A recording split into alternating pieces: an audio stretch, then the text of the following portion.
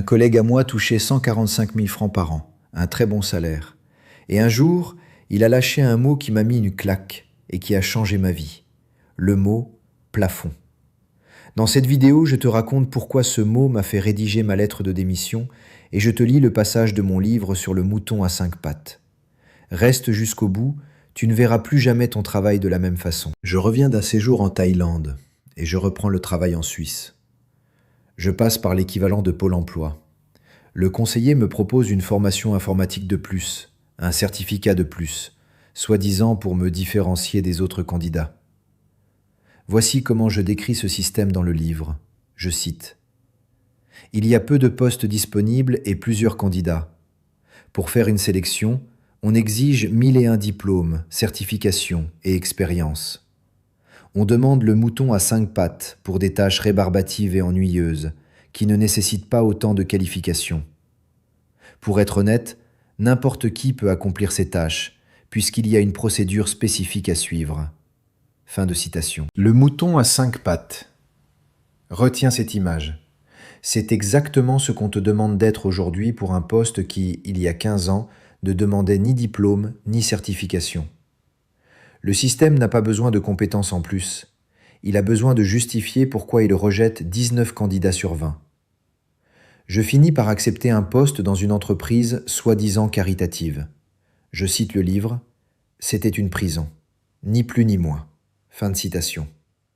Formater des centaines d'ordinateurs, les mêmes machines, encore et encore, sous écoute, comme c'est courant dans beaucoup d'entreprises.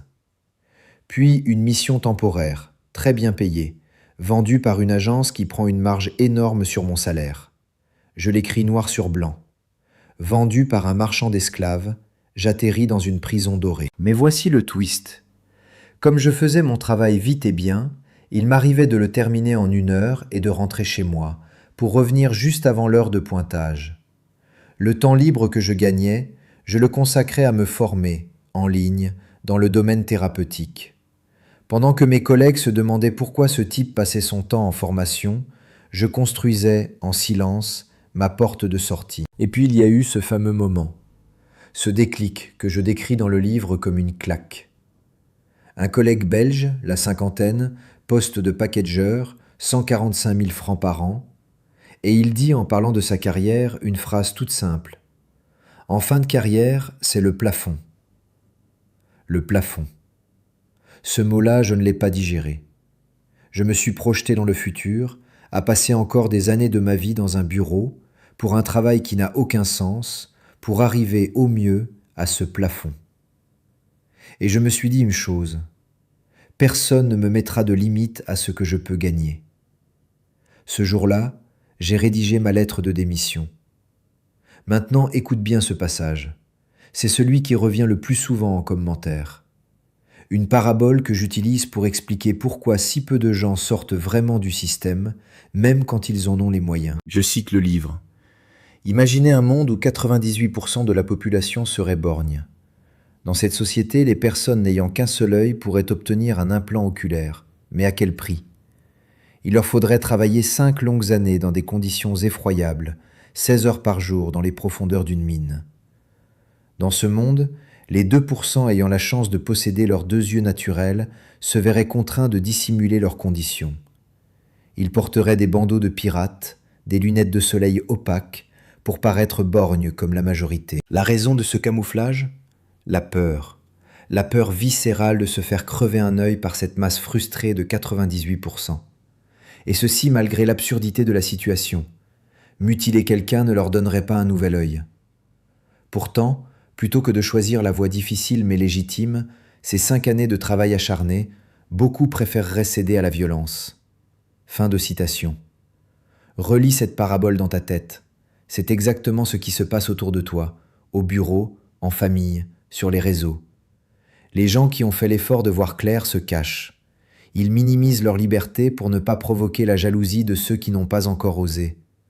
Moi, j'ai arrêté de porter le bandeau. Et je veux te dire pourquoi ce mot « plafond » m'a fait un tel effet. Ce n'était pas le montant. 145 000 francs par an, c'est un excellent salaire. La plupart des gens signeraient tout de suite. Non. Ce qui m'a mis une claque, c'est l'idée qu'il existe un plafond tout court. Qu'après des années de bons et loyaux services, on t'annonce « Voilà, c'est le maximum, tu n'iras pas plus haut, quoi que tu fasses. » Personne ne me mettra de limite à ce que je peux gagner ou à ce que je peux devenir. Si j'ai envie de viser 1 million par an ou plus, je veux au moins avoir le droit d'essayer. Un salaire, aussi confortable soit-il, te vend justement ce droit-là en échange d'une sécurité. Alors regardons les choses en face. Le salariat n'est pas mauvais en soi. Pour certaines personnes, à certains moments de la vie, c'est exactement ce qu'il faut. Ce que je dénonce dans le livre, c'est le mensonge qu'on nous vend autour. L'idée qu'il n'existe qu'un seul chemin. Étudier, se caser dans un emploi, empiler les diplômes, obéir et attendre une retraite lointaine pour, peut-être, commencer à vivre. Ce chemin-là, on ne te le présente jamais comme un choix. On te le présente comme la normalité. Et tout ce qui sort de cette normalité est traité de folie, d'irresponsabilité, de caprice. C'est là que le piège se referme.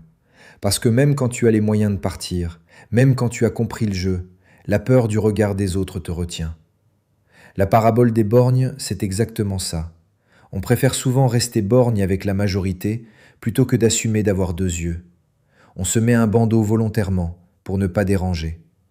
Moi, à partir de ce jour dans ce bureau, face à mon collègue et son plafond, j'ai décidé de retirer le bandeau, une fois pour toutes.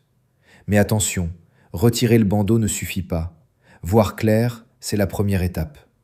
Ce que je vais te raconter dans la prochaine vidéo, c'est comment j'ai transformé cette lucidité en plan d'action concret, sans faire la bêtise que font 90% des gens qui ont ce déclic. Si cette vision du travail te parle, si tu sens qu'on te demande d'être un mouton à 5 pattes que tu n'as plus envie d'être, lis le premier chapitre du livre. Il est gratuit, lien en description, le tout premier. Ça prend 10 minutes, aucun engagement. Abonne-toi pour un extrait du livre chaque semaine. Et dis-moi en commentaire, toi, tu l'as déjà ressenti, ce plafond, dans ton propre travail. Dans la prochaine vidéo, je te montre comment j'ai préparé ma sortie sans démissionner sur un coup de tête, parce que c'est là que la plupart des gens se plantent. À très vite.